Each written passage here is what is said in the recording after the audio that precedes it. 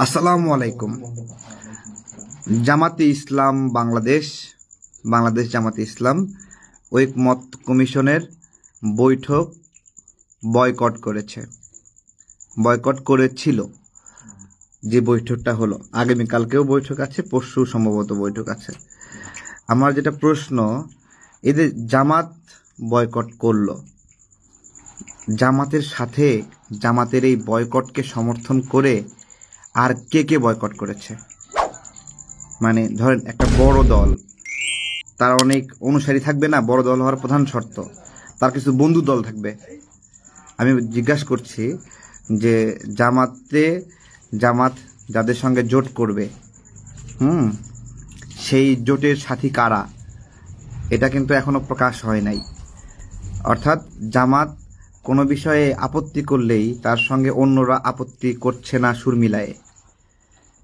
এটা কিন্তু একটা গুরুত্বপূর্ণ বিষয়। আমি অনেক আগে বলেছিলাম জামাতের সাথে মোস্ট প্রবাবলি কেউ জোট করবে না। এইটা কিন্তু তার একটা প্রাথমিক সিমটম যে জামাত ঐকমত্য কমিশনের বৈঠক বয়কট করেছে, কিন্তু আমি দেখি নাই তাদের সাথে সুর মিলায়ে আর কেউ এই বৈঠক বয়কট করেছে। কারণ এই প্রোগ্রামে এনসিপি ছিল, গণ অধিকার ছিল, বিএনপি ছিল, আমজনতার দল ছিল, অপরাপর ইসলামিক দল যেগুলো ছিল, খেলাফত মজলিস, ইসলামী আন্দোলন এবং আপনার হলে বিপ্লবী ওয়ার্কার্স পার্টি, গণসংহতি, রাষ্ট্র সংস্কার আন্দোলন, এই সকল দলের প্রতিনিধি কেউ কিন্তু একসাথে বয়কট করেনি। তো এটা জামাতের জন্য একটা প্রাইমারি লেসন যে রাজনৈতিক মেরুকরণে চূড়ান্তভাবে তাদেরকে অনেকে হাওয়া দিতে পারে, কিন্তু প্রকৃতপক্ষে তাদের সাথে রাজনৈতিক বন্ধুত্ব বা জোট কেউ মনে হয় করবে না। জাস্ট আমার মনে হয়, ঠিক আছে? এইটা কেন করবে না আমি জানি না। ইসলামিক দলগুলো মধ্যে কওমি হুজুররা অন্তত জামাতের সঙ্গে কোনো দিন জোট করবে না। কেন জোট করবে না? আমি মনে করি কওমি হুজুররা মনে করে জামাতে ইসলাম ক্ষমতায় আসলে তাদের কওমি যে একটা ইস্টাবলিশমেন্ট, ওই ইস্টাবলিশমেন্ট জামাত খেয়ে ফেলবে, এটা মনে করে। তো এই মনে করা থেকে মসজিদে যেই কওমি ঘরানা হুজুররা আছে তারা ব্যাপকভাবে জামাত বিরোধী, ঠিক আছে? এবং বিভিন্ন মাদ্রাসাগুলোতে তারা ঐক্যবদ্ধভাবে জামাত বা শিবিরের উত্থানটাকে ঠেকিয়ে রাখে। এটা একটা কারণ বললাম। অন্যান্য দলগুলোর ক্ষেত্রে এইরকম কারণ আছে কিনা আমি জানি না। হ্যাঁ, তো এটা হলো একটা বিষয়। দেখা গেল সামনের নির্বাচনে কি হবে, মানে জামাতকে যে একাই থাকতে হবে, শেষমেশ একাই লড়াই করতে হবে।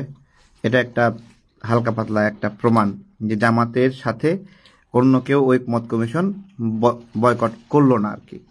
তারা একাই বয়কট করলো, এবং তারা বয়কট করলো কি করলো না এর দেশের জন্য কোনো ফ্যাক্টর না, অন্যান্য রাজনৈতিক দলের জন্য কোনো ফ্যাক্টর না। ঐকমত্য কমিশনে সবাই গেল, মিটিং করলো, কি বিষয়ে সিদ্ধান্ত হলো সবাই প্রেস ব্রিফিং করে জানাই দিল। এখন এই বয়কট করে লাভ কি হলো? অনেকে রাখতেছে আমার উপরে, খুব করে চেতেছে, ঠিক আছে ভাই, বাস্তবতা এটা, ঠিক আছে? জামাতের সাথে কেউ জোট করবে না হয়তো বা। আমার যেটা মনে হয়, বিভিন্ন দল ওই রকম হালকা পাতলা পরকের মতো, কাছে আসি দূরে যাই, ঠিক আছে? এরকম বাহির বলো দূরে থাকি, ভিতর বলো আসো না, এরকম। তো এরকম জামাতের সাথে যাবে বিএনপির সাথে একটু দাম বাড়ানোর জন্য, ঠিক আছে? কিন্তু আলটিমেটলি শেষ পর্যন্ত বিএনপির সাথেই চলে যাবে। এটা আমার একটা ক্যালকুলেশন মনে হয় আর কি। তো যাই হোক, ভালো থাকবেন সবাই। আমার এমনি মনে হচ্ছিল, ঠিক আছে, তাই বললাম। এটাতে জামাতের ভাইদের রাগ করার কোনো কারণ নাই, কারণ জামাতকে খারাপ বলি নাই, তাদের গালি দেই নাই, জাস্ট একটা বাস্তবতা বললাম। জামাত বয়কট করলো, তার সাথে তারা আর কাউকে রাজি করাইতে পারলো না বয়কট করানোর জন্য। তাদের কোনো বন্ধু নাই যারা তাদের এই বয়কটে অন্তত বলবে আমরাও বয়কট, এইটা আর কি। ভালো থাকবেন। আপনার হলো অবশ্য জামাতের সাথে পিনাকি দাদা আছে, ঠিক আছে, ইলিয়াস ভাই আছে, তো এতেই চলবে, জামাতের আর কারো লাগবে না, ঠিক আছে নাকি?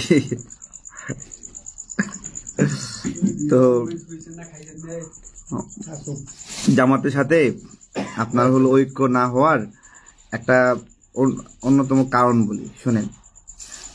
যে গণ অভ্যুত্থানের মধ্যে আপনার হলো আমরা বিভিন্ন দলকে হেল্প করছি, ঠিক আছে, বিপদে আপদে, কিন্তু এই হেল্পের তালিকায় জামাত ছিল না আমাদের, মানে এটা অর্থনৈতিক সাপোর্টের কথা বলতেছি।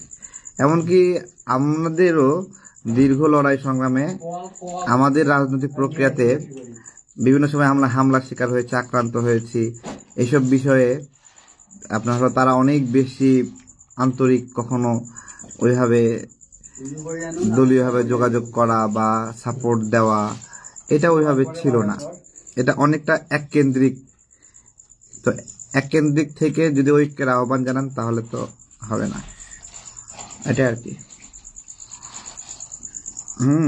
এনসিপির কথা বলবো, দেখেন জামাত গেছে এনসিপি সাথে জোট করতে, এনসিপি বারবার ল্যাং মারে, তারপরেও জামাতের হুঁশ হয় না।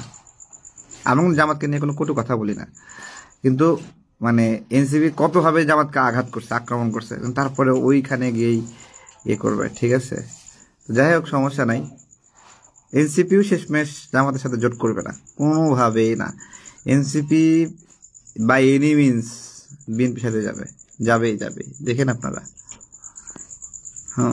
আমরা যাব না, আমাদের দল ধানের শীষ প্রতীক নিয়ে নির্বাচন করবে না, কেউ নেবে না, হয়তো দেবেও না আমাদেরকে, আমরা হয়তো বা সেই নেওয়ার যোগ্যতাও রাখি না, কিন্তু আমরা ইচ্ছাও রাখি না, আমরা সে আগ্রহ দেখাইনি, ঠিক আছে। আমাদেরকে বলেছিল, অনেকে চিঠি দিয়েছে, আমার নামে চিঠি দেবে কিনা, আমাদের 2-3জন চিঠি দেবে কিনা বলছিল, আমরা বলছি না, প্রয়োজন না। এটা প্রত্যেকটা দলের নিজস্ব স্বতন্ত্র বৈশিষ্ট্য আছে, সেটা নিয়ে তারা রাজনীতি করবে।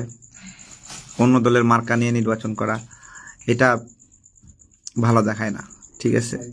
রাজনৈতিক দেউলিয়াত্ব, ধরেন মানে যারাই যখনই ধানের শীষ নিয়ে বা অন্য মার্কা নিয়ে নিজের দল থাকতে নৌকা মার্কা নিয়ে নির্বাচন করা লাগে।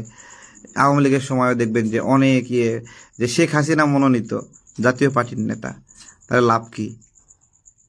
মানে জাতীয় পার্টি মনোনীত জাতীয় পার্টির নেতা হবে, শেখ হাসিনা মনোনীত জাতীয় পার্টির নেতা, এরকম। তো এরকম যদি হয় যে তারেক রহমান মনোনীত মানে হলো অমুক দলের নেতা, তাহলে কেমন করে হবে? এগুলো আসলে হয় না। প্রত্যেকটা দলের যেটুকু যার আছে ওইটুকু নিয়েই নির্বাচন করতে হয়, ওইটুকু নিয়েই সমর্থন অসমর্থন যা আছে এটা আর কি। তো ভালো থাকবেন সবাই ইনশাল্লাহ। প্রিয় দর্শক, এতক্ষণ আমরা মিস্টার তারেক ওনার কিছু কথা শুনছিলাম, এবং উনি তার নিজস্ব দলের পক্ষ থেকে যে বিষয়টি তারা যে মতটা তারা পোষণ করে, এবং তারা নিজেরা নির্বাচন করতে চায়, এবং তারা কোনো দলের সঙ্গে নির্বাচন করবে না। এবং আমরা যে বিষয়টি নিয়ে উনি কথা বলেন, যেটি আজকে একটি বৈঠক ছিল যেখানে বাংলাদেশ জাতীয় ঐকমত্য কমিশনের যেটি মিটিং ছিল, সেই জায়গায় কিন্তু জামাত ইসলাম তাদের দল নিয়ে বের হয়ে এসেছে, এবং বিশেষ করে এটাকে আমরা বলব বয়কট করেছে ওনারা। এবং সেই বয়কটের থেকে কিন্তু তার সঙ্গে আরও রাজনৈতিক যারা দল আছে তারা কিন্তু তার সঙ্গে বয়কটে সামিল হয় না। সেই বিষয়গুলো চিন্তা করলে উনি যে বিষয়টি বললেন যে জামায়াত ইসলাম তাদের বিভিন্ন দলের সাথে অ্যালাইন হলেও কিন্তু তারা কিন্তু নিজেদেরাই কিন্তু নির্বাচন করতে হবে, এবং কোনো দল তাদের সঙ্গে নির্বাচনে যাবে না। এই বিষয়টিও নিয়ে নানা প্রেক্ষাপট নিয়ে কথাগুলো বললেন, এবং বিষয়টি আমরা দেখব আসলে কতটুকু বাস্তবে রূপ নেয়।